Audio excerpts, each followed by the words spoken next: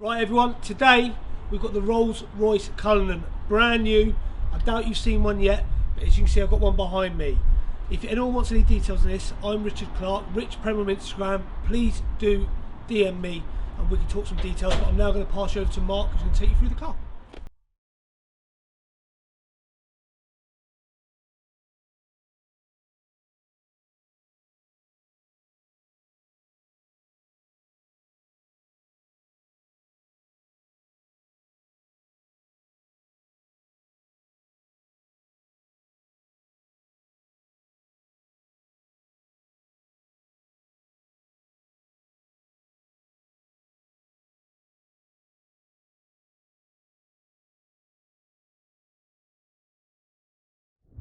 Hello, welcome to the Rolls-Royce Cullinan. You can't see me because it's bloody massive.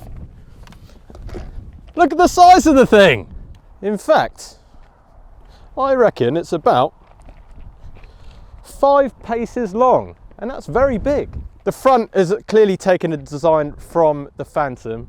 It's sort of smaller big brother. It's the same size as the Phantom in length, but obviously a lot higher and a lot more jacked up. It's a proper off-roader this, as you can see from the dirt on the side of the car that we've been getting. We have been taking it a little off the beaten track, and it is designed to do that. They've been very fussy about actually making it a capable off-road car. It's not just something to show, it's actually capable off-road. So it sits on 22-inch wheels, which obviously you could have a few different options. Paints in as many options as you want. You can dechrome it. I mean, this is what we would do at Premier Sports. We would have a black car, black grills, black wheels, black windows, dechrome, and it's a totally different animal. And that's the one that you're going to want to buy. But as far as a vehicle is concerned, it's pretty amazing. So when you're done with your scotch, you can put it away, fold away your infotainment screen and picnic table, step out, press the button there, it closes itself because you don't want to expel any energy of your own. Get in the front and see what it's like to take it for a drive.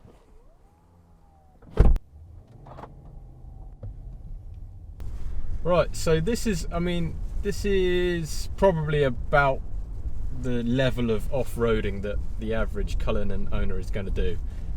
A gravel track out in the countryside, maybe they're going to a shoot, maybe they're just going for a stroll, or I wouldn't like to say what they're up to, but it copes with this just fine. Potholes all over the place and it still rides like a Rolls-Royce should. We're in the maximum off-road setting. No, you see, you're in a van, so you're going to have to go backwards. I can't. This woman has the sternest face I've ever seen in my life. I'm probably going to go backwards. Excuse me, just because I'm richer than you. So yeah, this is about as good. This is about as off-roady as most people are going to get, and it's perfect. I mean, it's the same as a Range Rover, really, off-road for this sort of off-roading. I don't know who's going to climb a mountain with it, so really, do you need it any better? Probably not. So let's see what it's like on the road as we head off into the sunset.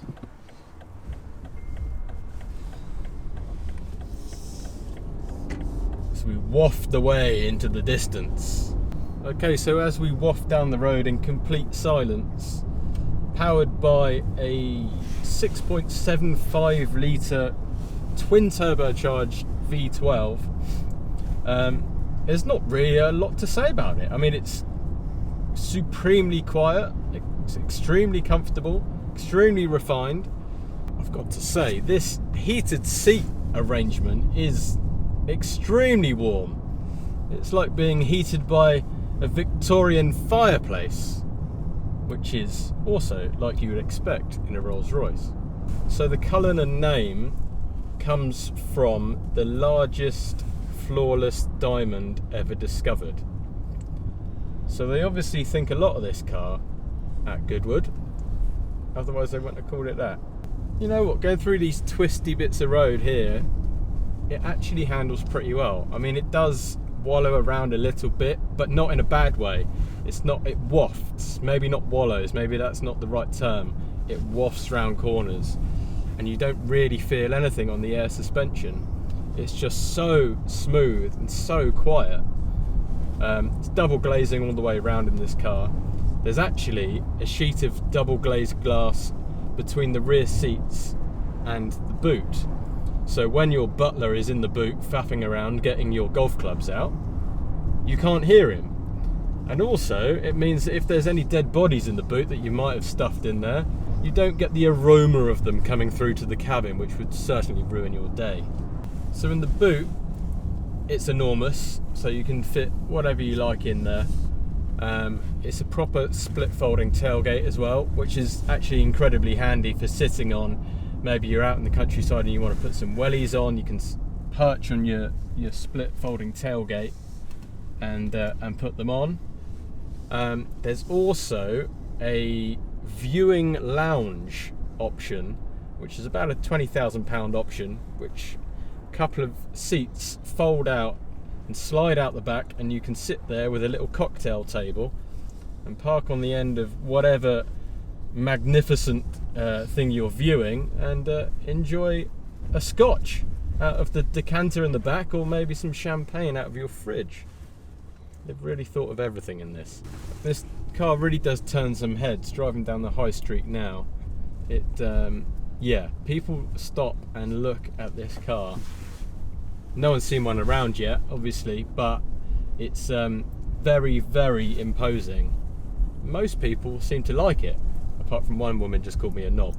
But apart from her, most people seem to like it. So a Phantom is about the same sort of money, a little bit more. They start at 400-ish. This is going to be between 250 and 350, maybe up to 400 depending on spec. And I think this is nicer, even though it's cheaper than the Phantom. The Phantom's the same length, but you're sat lower down, so it feels like such a huge car. That doesn't really make sense, but it makes sense. It does make sense to me, because when you're sat up higher, you feel like you know where your extremities are in the car. But in the Phantom, you're sat lower, but it's the same length of car, so you don't really know where you are. So you've got a better view of the road. So what does 563 Rolls-Royce horsepower feel like when you plant your foot? Let's try a 40 to 70 dash and see how we go.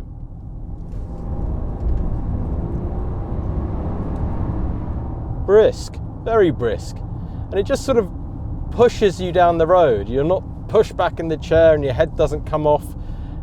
It's just a quick way of moving along the road, and it's, again, what you'd expect. So I'd imagine the sort of people that buy this car have already got one or two other cars. Maybe they've got a Lamborghini in the garage, maybe they've got a Ferrari, something that's gonna really excite them and make loads of noise and the doors go up and it's brightly coloured, and that's not what this car is about. This car is about ultimate luxury and refinement. And when you've had a hard day in the office or a hard day on the training pitch, you can jump in the car and cruise on back to your mansion without making a fuss. It's just a really nice place to be.